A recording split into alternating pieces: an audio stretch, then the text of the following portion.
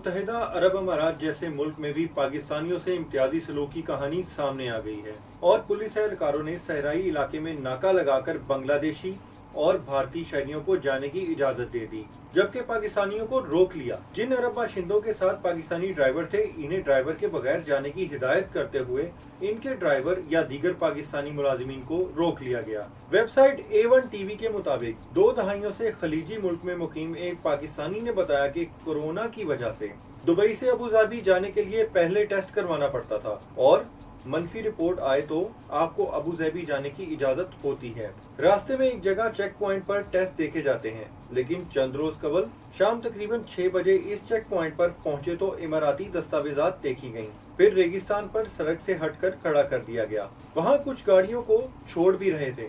पहले ही 50 से 60 गाड़ियां खड़ी थीं और इनके मुसाफिर कतार में थे। पुलिस एहलकार कुर्सियों पर बराजमान थे।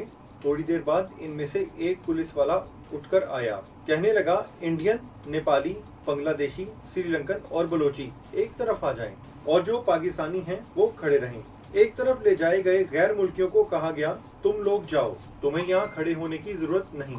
इनमें से कुछ ऐसी गाड़ियाँ भी थी जिनमें इंडियन भी था, पाकिस्तानी भी था और कोई अरबी भी था। एक गाड़ी में 2 अरबी थे और इनका ड्राइवर पाकिस्तानी था। पुलिस एहलकारों ने इनको बोला कि तुम लोग जाओ और इस ड्राइवर को यहीं छोड़ जाओ। अरब बाशिंदों ने कहा, बीच सहरा के ये कैसे आएगा, लेकिन किसी ने एक ना सुनी। इन साहब के साथ गाड़ी में मौजूद शख्स जो अरबी जबान में माहिर था, इसने बताया कि पुलिस एहलकारों ने बोला कि तुम्हें यहाँ ठहरने की जरूरत नहीं, इसको यहाँ छोड़ जाओ, इसे वक्त लगेगा। लेकिन ये तस्दीक न हो सकी कि वो चले गए या फिर ड्राइवर के लिए रुके।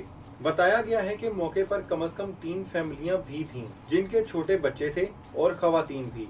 इन खानदानों को भी गाड़ी में नहीं बैठने दिया गया और बताया गया कि लाइन से आपकी बारी आएगी। फैमिली के तमाम अफराद को इंस्पेक्शन के लिए कतार में ही खड़ा होना पड़ेगा।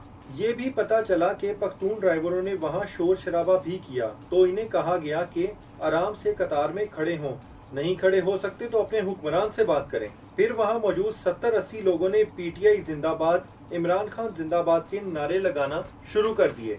ये भी पता चला कि कुछ लोगों ने दुबई वापस जाना चाहा कि अब अबू धाबी नहीं जाते तो इन्हें वापस भी जाने की इजाजत नहीं दी गई।